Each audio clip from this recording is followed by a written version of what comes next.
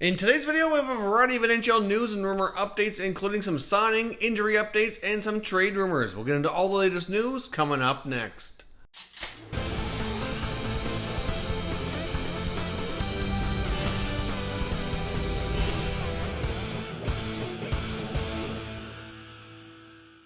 So welcome back here to Top Shelf Hockey. I want to kick things off today discussing a contract extension between the Nashville Predators and forward Austin Watson. The forward has agreed to a 3-year contract extension to remain with the Predators beyond this season with an average annual value of $1.5 million. Of course, Austin Watson is a player who's had to battle through a lot of adversity. Of course, went through a lot personally off the ice, was away from the team, but has since come back and has played relatively well this season. And so far, things are looking pretty good. Obviously, the Predators are happy with the progress of him as a player and a person to give him this contract extension. So good news for Austin Watson. Another pretty good team-friendly contract for the Predators on the books. Now, of course, we just saw them extend Captain Roman Josi to a mega contract extension over the next 8 years beyond the current season. So obviously, David Poile is hard at work extending some key players that he wants to keep around for the longer term here with the organization. And as we've discussed before, I do imagine we will see the Predators have to find a way to cut a little bit of salary as well. And they have a lot of contracts and a lot of money already committed to players for next year and beyond. So I guess we'll see what other future moves Poile and the Predators make as the season goes on. Now, I also want to discuss Nolan Patrick and the Philadelphia Flyers. Of course, he's been out with a migraine disorder and has been listed as week to week. There's some reports surfacing that he very well could end up missing the entire season, although GM Chuck Fletcher of the Flyers would not go down that road. His basically comments indicate that he is an optimist. He's still trying to remain optimistic that Patrick will be able to get back. But due to the nature of what's going on with him, it's really hard to put a timeline on his return. Obviously, anything to do with the head, this is not a concussion-related injury, but, any kind of migraines, concussion, anything like that, it's certainly tough to put a timetable on. It's not like a muscle or a bone or something that's a little bit easier to predict the healing process. So obviously, Nolan Patrick is a big part of their team, and they're certainly missing him right now. They also have Scott Laughton out injured as well. So their forward group is not quite how they envisioned it for the season here so far. So we'll see what happens with Nolan Patrick, but there are certainly some reports out there indicating that this could be a longer-term thing, and he could be out a long time, or if not the entire year. And even though we don't have confirmation of that from the GM, I guess we will wait and see, but it very well could be out for a significant period of time for the Flyers. Now, a player we've talked about off and on a few times here in the past week or so is Bobby Ryan of the Ottawa Senators. Of course, he was a healthy scratch in their last game, which certainly caused a lot of stir and a lot of rumors about his future with the organization. There are now reports surfacing out of Ottawa newspaper writers like Bruce Garriock and Ken Warren indicating that Ryan's agents and GM Pierre Dorion are working behind the scenes to see if they can possibly find a new home for the veteran forward who has struggled really throughout most of his entire time in the Senators organization after being acquired from the Anaheim Ducks quite some time ago. Now, of course, Bobby Ryan, like I said, probably would welcome a fresh start somewhere. They probably wouldn't mind moving his contract off the books, but it's not going to be easy. He still has a number of years left at $7.25 million. So clearly that would not be an easy contract to move unless they're willing to retain some salary, possibly sweeten it with a prospect or draft pick, or maybe even take back a not so favorable contract themselves. We've seen them do that before when they made the deal with the LA Kings when they traded Dion for Nofamiri and Gaborik. So maybe that type of deal would be something that we could possibly see here out of Ottawa. It's really hard to say. I do think the odds are low of this happening because that type of deal is difficult to find, but they are working in the background here to see if it's something that they are able to facilitate sometime throughout the year, or I guess as soon as they're able to. So stay tuned. Well, hard to say how long Bobby Ryan remains with the Ottawa Senators. Now, there's also some talk about Detroit Red Wings forward Andreas Athanasiou as well. He's a pending restricted free agent. He obviously had a solid year last year after a slow start, but he started slow yet again, and right now we don't really have any kind of indication that slump is going to be turned around anytime soon. He's gone goalless so far through 11 games for the Red Wings, and there is some concern about what he's going to be able to accomplish this year, and some talk that the Red Wings might actually look to move him. Of course, he's got a lot of speed. He can put the puck in the net, so it's something they're going to have to proceed with here very delicately, decide what they're going to do with the future. But obviously another factor in all of this as well is he's obviously had some contentious contract extensions in the past with the Red Wings. He's represented by Darren Ferris, who's really known to be a tough agent. He's the one who also represented Mitch Marner of the Toronto Maple Leafs this past summer.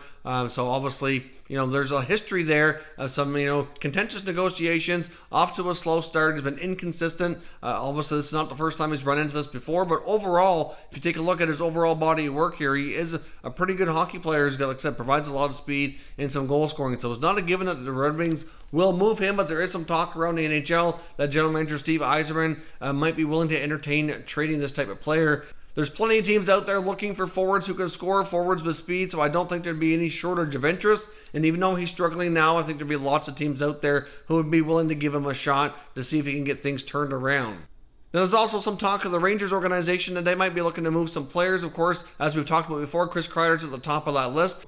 Some other guys to keep your eye on as well, though, would be forward Ryan Strome and possibly even defenseman Tony DeAngelo. Now, of course, both these players are playing relatively well and are on pace for 50 to 60-point seasons. So you might be saying, well, why would they trade them? And the only problem is that because of their overall salary cap situation, they very well might price themselves out of New York. We saw Tony DeAngelo sign a one-year deal as the season get underway here.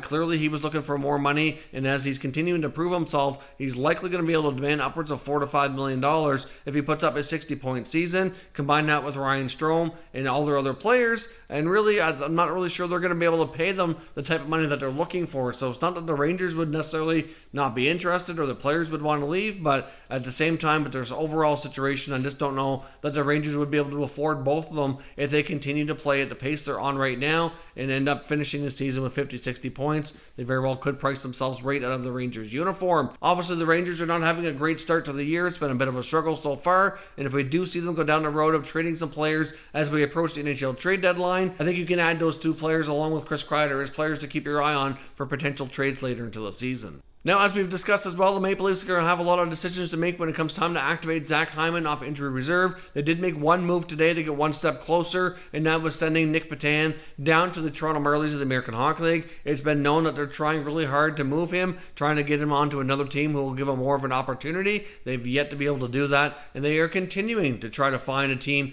to make that happen as well. So we'll see if Petan gets moved, but that is step one into the process here, making enough salary cap space to be able to activate Hyman. But of course, like we said, there's going to be a couple other moves pending here. Obviously, the health of Jake Muzzin will play a role in all this too. So obviously, Martin Marincin could be moved. They likely won't trade Marincin unless Muzzin's able to play, would be my guess. And of course, like I said, there's other forwards as well, like Shore, Spezza, Timashov. Probably at least one of those guys likely could be either put through waivers to go to the minors or traded to make the necessary space to activate Zach Hyman.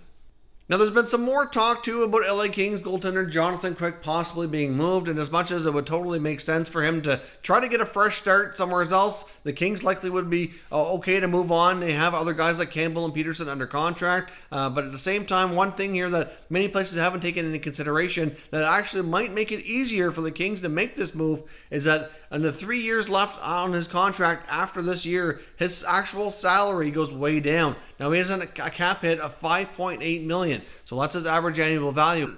But his salary steadily decreases here after this year. It goes to $3.5 million, then down to $3, and then down to $2.5. So actual dollars out would be a lot less than his cap hit. So if you take a look at some teams who have the necessary space, but would be willing to be able to take on his cap hit and maybe give him a chance to get things going back in his career, then it very well might be easier to make that trade after all. With Jonathan Quick so far this year and the few times I've seen him play, not only has his performance not been great, but it looks like his heart is not in it anymore. It looks like he's kind of open to making a move, in my opinion, based on what I've seen. He just does not seem to be engaged anymore like he used to be. So I'm wondering if his desire with all the things going on in LA and all the losing that they've gone through in the past couple of years had kind of changed his mindset a little bit, and perhaps he might welcome a fresh start somewhere else. But with his actual salary being much lower than his cap hit, might make that deal a little bit easier than a lot of people realize. Now, of course, starting today, the calendar flips over to November the 1st, so we have 1 month till December 1st before any players that are remaining unsigned can actually still sign and get playing in the NHL this year. So a couple players to keep an eye on in regards to that would be Jesse Puljujarvi and Julius Honka. They're the only two remaining restricted free agents who have not signed a contract. Both are waiting to be traded. Of course, Jesse Puljujarvi and Julius Honka are both playing overseas. Puljujarvi's played relatively well. There is some talk that Oilers GM Ken Holland will be going over to Finland to see his progress sometime in the next few weeks as well.